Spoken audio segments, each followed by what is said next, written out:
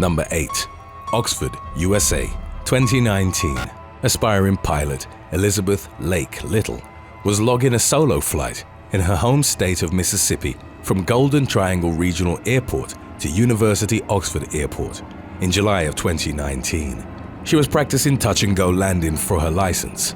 Over an hour had passed without incident, until the final moments when she was forced to abort the landing after approaching from the wrong direction. Evident panic streamed from her voice as she radioed with the control tower, but there was nothing they could do as her plane took a nosedive into a neighboring golf course. Preliminary reports weren't clear as to what had caused the crash, but flight instructor Robert Katz believed it could have been avoided and blamed poor training. Little was trying to land the Cessna 172 with a tailwind, while experienced pilots of small aircrafts know to go against the wind to control speed. In addition, the wing flaps used during landing and takeoff to supply lift were retracted, potentially explaining the plane's sudden and fatal downward trajectory. She survived the initial crash, but suffered severe burns and succumbed to her injuries later that day. Number 7. Channel of Alderney, 2019.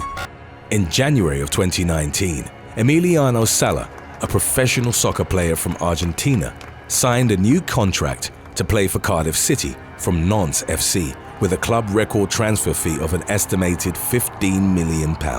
2 days after signing, on January the 21st, he boarded a plane to make his move official, never to be seen alive again. The Piper PA-46 Malibu plane went off the radar just north of the island of Guernsey, UK, and wasn't relocated for another 13 days. It was eventually found at a depth of 220 feet in the English Channel of Alderney. Sala's body was still amongst the wreckage, while David Ibbetson's, the pilot, was never found. Sala himself had identified potential red flags. Before takeoff, he sent a voice message to a friend saying, "I am now on board a plane that seems like it is falling to pieces. If you do not have any more news in an hour and a half, I don't know if they need to send someone to find me. I am getting scared." The plane then crashed after breaking apart mid-flight. It was later revealed that the pilot was crucially underqualified and inexperienced to fly the aircraft, especially at night and in poor conditions. A faulty exhaust pipe might have caused carbon monoxide poisoning in both occupants, but ultimately the aircraft fell apart due to flying at a speed significantly faster than designed to.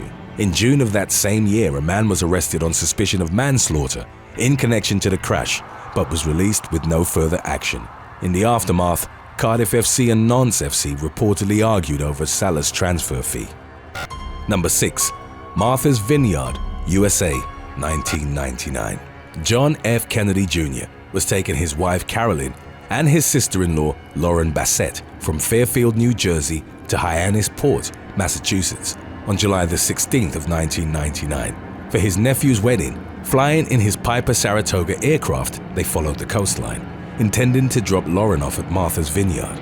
However, after checking in with air traffic control earlier, they failed to show up. The U.S. Coast Guard started an official search and rescue at 4 a.m., hours after Kennedy's scheduled arrival. They were not optimistic, as several pieces of the plane had been seen littered across the coastline. 6 days later, on the afternoon of July the 21st, the wreckage and all 3 bodies were found still strapped into their seats, under and around the fuselage. There were no navigational or mechanical issues discovered, and the final report determined the cause to be pilot inexperience and loss of control, despite Kennedy having over 300 logged hours. Although it was a foggy and hazy night, Kennedy had turned down the offer of one of his instructors coming along to help, insisting he could manage alone.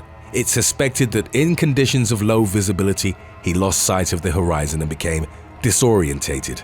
He would have had to rely completely upon his instruments, a skill not yet mastered. Radar showed the plane plummeting 1,100 feet in 14 seconds before disappearing. Kennedy Jr., who was known for his charming good looks and being the crown prince of one of America's most esteemed families, was mourned by many. Number 5. Abaco Islands, Bahamas, 2001. August the 25th of 2001, famous Miami-born singer and actress Aaliyah boarded a twin-engine Cessna 402 aircraft destined for Florida. 3 days prior, she had jetted off to the Bahamas to shoot an exclusive music video for her upcoming song, Rock the Boat. Finishing her scenes a day early, Aaliyah and an entourage of 7 decided to charter a flight back to Miami before the rest of the production crew. Emotions were high as the aircraft arrived almost 2 hours late. Impatient to take to the sky, the aircraft was loaded and set to take off, something it would never achieve. The plane crashed just 200 feet from takeoff, killing everyone on board. Only certified to carry 6 passengers, the flight was taking 8, all with equipment, meaning it was doomed from the start. Shockingly overlooked, the pilot was not qualified to fly the plane, had falsified documents, and his autopsy revealed traces of cocaine and alcohol in his system. There are reports that Aaliyah had expressed concern about the safety of flying in and out of the Bahamas to her boyfriend, who'd advised her not to travel. There are also reports of overheard arguments between passengers and the pilot about weight concern, with the pilot advising not to fly and passengers pushing to continue. Aaliyah was only 22 and one of the most famous people in the world at the time. Number 4. Scottsdale, USA, 2018. On April the 9th of 2018, 6 people lost their lives in a ball of fiery wreckage after the single-engine Piper PA-24 Comanche plane they were in failed to maintain sufficient airspeed after takeoff. The plane belonged to student pilot James Pedroza, but it's unclear whether he was the one flying the plane, as he was joined by Eric Valente, an experienced pilot and instructor. The 4 remaining passengers were Maria Sunshine Coogan, Anand Patel, Helena Lagos, and Iris Rodriguez Garcia, who were all budding Instagram stars and models with thousands of followers each. Although confirming everything to be all good to air traffic control moments before, their flight from Phoenix to Las Vegas ended only 70 seconds after takeoff as they hurtled to the ground in Scottsdale, Arizona. Evidence of cocaine and ecstasy were found in James Pedroza's blood, but it was impossible to timestamp if it had been ingested before or during the flight. A broken spring from a cylinder valve was also discovered, but the main cause was concluded to have been the aircraft being 135 pounds overweight and off balance. Number 3. Columbus, USA, 2008.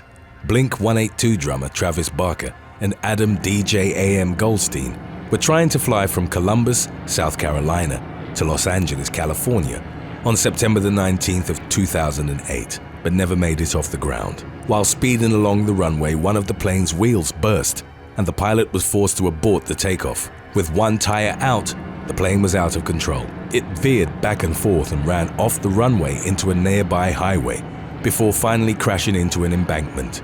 It burst into flames immediately and 4 people were killed. Barker and Goldstein were able to jump out of the emergency exit before it crashed, escaping with their lives. Travis jumped out right into a spray of jet fuel, covering himself. Running and ripping off his clothes in the middle of the highway, he finally dropped and rolled, killing the fire but not before it covered 65% of his body with 3rd-degree burns. He spent 11 weeks in hospital and said he'd swallowed so much fuel that he was burping up jet fuel for almost 3 months. The mental toll was arguably as bad as the physical. Goldstein unfortunately died in an overdose just a year later, and Barker was diagnosed with PTSD. He has never set foot on a plane again since. Today's topic was requested by Gavin Todd. If you have any other topics you'd like to learn about, subscribe and let us know in the comments section below. Number 2. Leon Township 2021.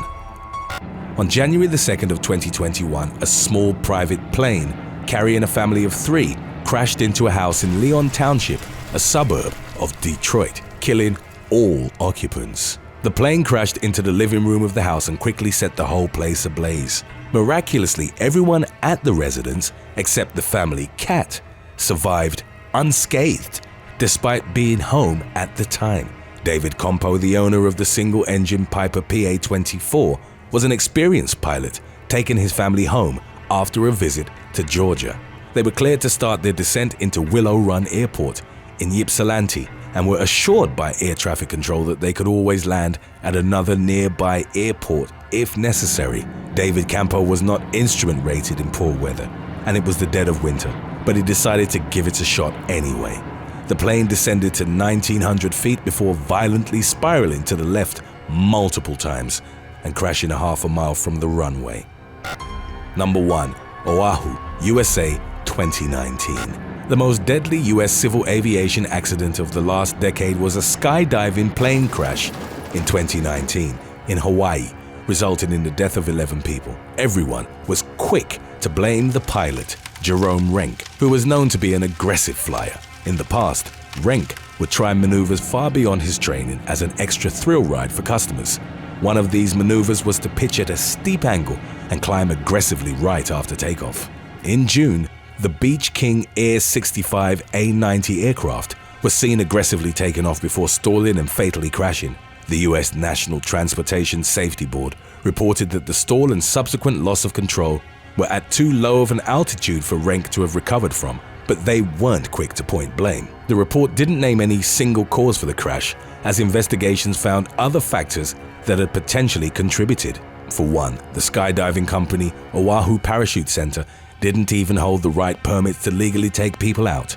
George Riviera, the company owner, was granted a permit for parachute repairs and riggings back in 2010, but it was under a different company name. It was also found that the aircraft had been in a stall and spin incident in 2016, in which skydivers had to preemptively jump out. The left wing was damaged and never adequately repaired, negatively impacting its mid-air stall margin. The investigation brought to light the disappointing regulatory standards of the Federal Aviation Administration and its general unawareness of subsequent subpar training given to pilots. Thanks for watching. Would you rather own a private jet or a yacht? Let us know in the comments section below.